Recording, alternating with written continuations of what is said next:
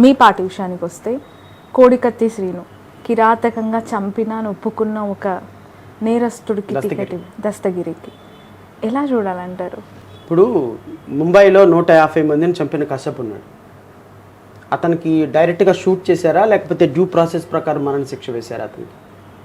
So due process ప్రకారం మరణశిక్ష పడాలి తప్పు చేసిన వ్యక్తికైనా సరే. దస్తగిరి చంపారని ఒప్పుకొని చట్టం ముందు దోషిగా నిలబడి అప్రూవర్గా మారాడు. ఇప్పుడు దస్తగిరి సాక్షి మాత్రమే, అంతకుడు కాదు, దస్తగిరి సాక్షి మాత్రమే. ఒకవేళ సాక్షిగా ఉన్నప్పటికీ కూడా ఒకవేళ ఆయన రేపొద్దున మర్డర్ చేశాడు అని కోర్టు భావిస్తే అతనికి మరణశిక్ష వేస్తుంది. నేను అలా న్యాయస్థానం మరణశిక్ష వేస్తే నేను ఎవరిని కాదంటానికి అండ్ నేను ఖచ్చితంగా యాక్సెప్ట్ చేసి తీరాల్సిందే.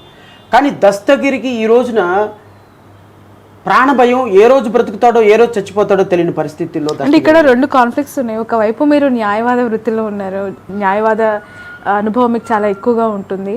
అప్రూవర్గా మారిన ఒక వ్యక్తి ఖచ్చితంగా శిక్ష పడితే యాక్సెప్ట్ చేస్తానంటున్నారు. ఈ రెండు లైన్లను ఎలా చూడాలి? అదే వ్యక్తి మీరు టికెట్ ఇచ్చారు పార్టీ. అదే మీకు క్లారిఫై చేస్తా. అప్రూవర్గా మారినటువంటి వ్యక్తి అప్రూవర్షిప్ కనుక కోర్టు యాక్సెప్ట్ చేస్తే రేపు శిక్ష పడదు. రేపు దస్తగిరి వెళ్ళి నేను తప్పు చేశాను క్షమించండి, ఇదిగో జగన్మోహన్ రెడ్డి చేయించాడు, అవినాష్ రెడ్డి చేయించాడని ఏదైతే జడ్జి గారి ముందు ఇంతకుముందు చెప్పాడో అదే చెబితే అది కోర్టు నమ్మితే శిక్ష పడదు. కోర్టు నమ్మకపోతే దస్తగిరికి కూడా శిక్ష పడే అవకాశాలు ఉంటాయి. సో అప్రూవర్గా ఇచ్చిన స్టేట్మెంట్ని నమ్మకపోవటం ట్రయల్ కోర్టు జడ్జి గారు జడ్జిమెంట్లో కన్సిడర్ చేయాల్సిన అంశం. అందుకనే నేను ఈ రోజు ఒపీనియన్ ఫామ్ చేయటంలా. దస్తగిరి ఇప్పటికిప్పుడు సాక్షి మాత్రమే. ఈ సాక్షి చెప్పినటువంటి వాంగ్మూలాన్ని కోర్టు నమ్మితే రేపొద్దున దస్తగిరిని విడుదల చేస్తారు. నమ్మలేదు అంటే దస్తగిరికి శిక్ష పడుతుంది. ఇవి రెండు కోణాల్లో నుంచి నేను ఆలోచిస్తే Dastagiri is a human being అమ్మ. ఒక తప్పు చేసినటువంటి నేరాన్ని ఒప్పుకున్నటువంటి సాక్షి. అతన్ని ఈరోజు కనుక వదిలేస్తే అట్లా బతకనివ్వరు. ఈరోజు దస్తగిరికి కావాల్సింది ప్రాణరక్షణ. ఒక తప్పు చేసినటువంటి వ్యక్తి డ్యూ ప్రాసెస్ ఆఫ్ లా ప్రకారమే అతను చంపాలి తప్ప మీ ఇష్టం వచ్చినట్టు నాకు రాజకీయం ఉంది కదా, నాకు జనాలు ఉన్నారు కదా అని నిన్ను చంపేసేసి వాళ్ళ మీద వీళ్ళ మీద నెట్టేస్తే రేపొద్దున ఒక ప్రాణం పోతుంది. నా దగ్గరకు వచ్చి నాకు ప్రాణరక్షణ కావాలి అని అడిగినప్పుడు ఒక రాజ్యాంగవాదిగా నేను అతనికి ప్రాణానికి రక్షణ కల్పించాల్సిందే కదా. అతని భవిష్యత్తుకి నేను భరోసా ఇవ్వాల్సిందే కదా. రేపొద్దున లా ఏం చేస్తుందని that is a different issue. ఈరోజు దస్తగిరి అనేటువంటి వ్యక్తి జగన్మోహన్ రెడ్డి మీద ఎమ్మెల్యేగా నుంచోబట్టి అతని ప్రాణాలకి సేఫ్టీ దొరుకుతుందని నేను భావించాను. అలాంటి వ్యక్తులు రాజకీయాల్లోకి రావటం వల్ల దస్తగిరి అనేటువంటి వ్యక్తి ఒక విక్టిమ్. దస్తగిరిని కాకపోతే ఇంకొకరిని వాడుకుంటారమ్మా. చంపాలి అనే ఉద్దేశాన్ని చంపాలి తప్ప చంపిన వ్యక్తిని కాదు కదా చంపాల్సింది. దస్తగిరికి ₹1 కోటి ఇచ్చారు, ఇంకొకటికి 2 కోట్లు ఇస్తారు, బీహార్ నుంచి కిల్లర్ని దింపుతారు. అతన్ని అరెస్ట్ చేయాలి తప్ప ఇప్పుడు రేపొద్దున ఈవెన్ తెలుగుదేశం పార్టీ లాంటి వాళ్ళు దస్తగిరిని చంపేసి జగన్మోహన్ రెడ్డి మీదకి నెట్టేయచ్చు కదా.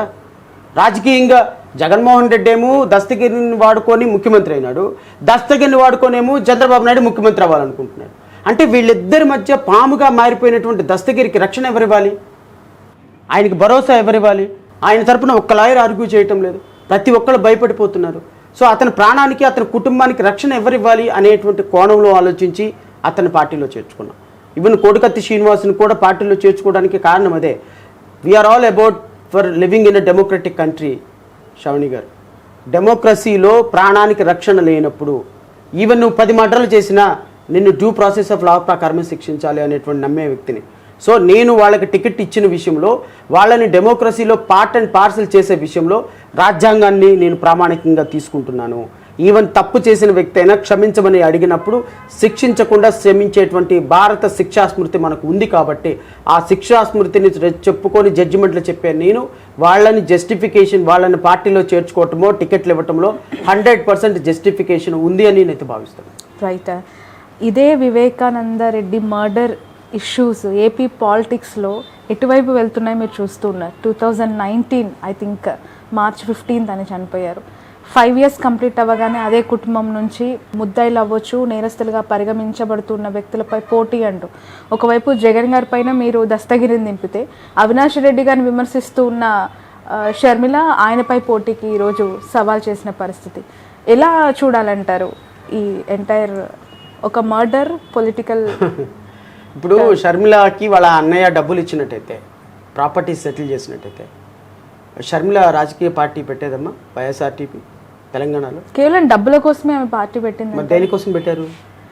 డబ్బులు ఇవ్వలేదు, ఆయన షేర్ ఇవ్వలేదు ప్రాపర్టీలోనే కదా అంటే రాజకీయ పార్టీ. అంతకుముందే ఆమె ఎన్నో ప్రచారాల్లో పాల్గొన్నారు, పాదయాత్ర చేశారు. ఆమె ఆయన కూడా పదవి పొలిటికల్ ఇవ్వలేదనేగా? అంబిషన్, ఆమెకు కూడా ఆయన పొలిటికల్ పదవి ఇవ్వలేదనేగా, రాజకీయంగా పదవి ఇవ్వలేదు, వైఎస్ఆర్సీపీలో పదవి ఇవ్వలేదు, వాళ్ళ ఆయనకి పదవి ఇవ్వలేదు, వాళ్ళ ఆస్తులు ఇవ్వలేదు అనే కదా ఆమె విభేదించింది అన్నతో, లేకపోతే ఇంకేమైనా పర్సనల్గా వేరే విధాలు ఏమైనా ఉన్నాయా? అవి తెలియాలి యాక్చువల్లీ.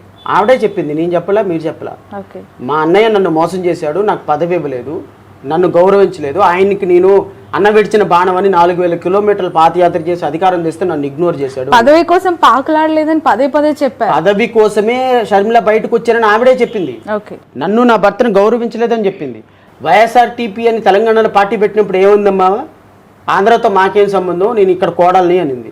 వాళ్ళ అమ్మే ఉంది, మాకేమిటమ్మా ఆంధ్రతో సంబంధం అనింది. వైఎస్ఆర్టీపీని తీసుకుని వెళ్ళిపోయి కాంగ్రెస్ పార్టీని విలీనం చేసి ఆంధ్రప్రదేశ్లో పీసీసీ ప్రెసిడెంట్ వచ్చిన తర్వాత ఈ రాష్ట్ర ప్రజల మీద ప్రేమ పెరిగిందా? వైఎస్ వివేకానంద రెడ్డి హత్య మీద ప్రేమ పెరిగిందా? ఈ ఈ ఈ కోణాలన్నింటినీ రాజకీయంగా వాడుకోవాలనేటువంటి షర్మిల అసలు ఈ రాష్ట్రంలో కనీసం డిపాజిట్ కూడా తెచ్చుకోదు. మీరు కడపలో ఆవిడ నుంచి ఉంటుంది కదా ఎంపీగా, నిన్న ప్రకటించారు. షర్మిలకి డిపాజిట్ కూడా రాదు నా అనాలిసిస్.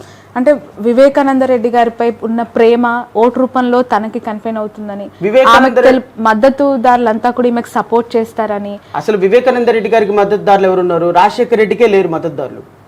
రాజశేఖర్ రెడ్డి, వివేకానంద రెడ్డి మద్దతుదారులు అందరూ జగన్మోహన్ రెడ్డికి ఆల్రెడీ ట్రాన్స్ఫర్ అయిపోయింది ఓటింగ్ అంతా. అందుకనే మీరు ఎక్కడ లోగో చూసినా రాజశేఖర రెడ్డి బొమ్మ కనపడదు. రాజశేఖర రెడ్డిని మర్చిపోయినారు ప్రజలు. రాజశేఖర రెడ్డి బొమ్మ మర్చిపోయి జగన్మోహన్ రెడ్డికి ట్రాన్స్ఫర్ అయిపోయింది. షర్మిల వివేకానంద రెడ్డి హత్య కేసుని ఆయుధంగా వాడి తెచ్చుకోవాలని, ఓట్లు తెచ్చుకోవాలనుకున్న ప్రయత్నం నిష్ప్రయోజనం మాత్రమే. ఈవెన్ సునీత కానీ షర్మిల కానీ వీళ్ళలో బేస్ లేని ఆరోపణలు, రాజకీయంగా ఆరోపణలు చేస్తున్నారు తప్ప నిజంగా వాళ్ళకి ఈ రాష్ట్ర ప్రజల పట్ల ప్రేమ లేదు, వైఎస్ వివేకానంద రెడ్డి గారి హత్య పట్ల వివేకం లేదు. బట్ సునీత ఎఫర్ట్స్ని మాత్రం నేను అప్రిషియేట్ చేయాలి. షర్మిల రాజకీయంగా వాడుకుంటుంది కానీ సునీత యాజ్ బీయింగ్ అ డాటర్గా she is fighting, she is giving a good fighting. Because ఆవిడ వల్ల ఈరోజు ఈ కేసు ఇంత స్థాయికి రాగలిగింది. నేనేమంటానంటే వైఎస్ వివేకానంద రెడ్డి హత్య కేసుని వాడుకొని ఒక ఆయన ముఖ్యమంత్రి అయినాడు. అదే వివేకానంద రెడ్డి హత్య కేసు నిందితులని ఇష్యూని వాడుకొని చంద్రబాబు నాయుడు ముఖ్యమంత్రి అవ్వాలని చూస్తుంది. చంద్రబాబు నాయుడుకి సహకారం చేస్తుంది YS Sharmila and YS Sunitha. These are people are working for Chandrababu Naidu. So ఒక మర్డరు ఒక రాష్ట్ర రాజకీయాలని శాసించే స్థాయికి రావటం అత్యంత దుర్మార్గం అమ్మ. Education is not a matter, employment is not at all a discussion point, inflation is not at all a point for discussion.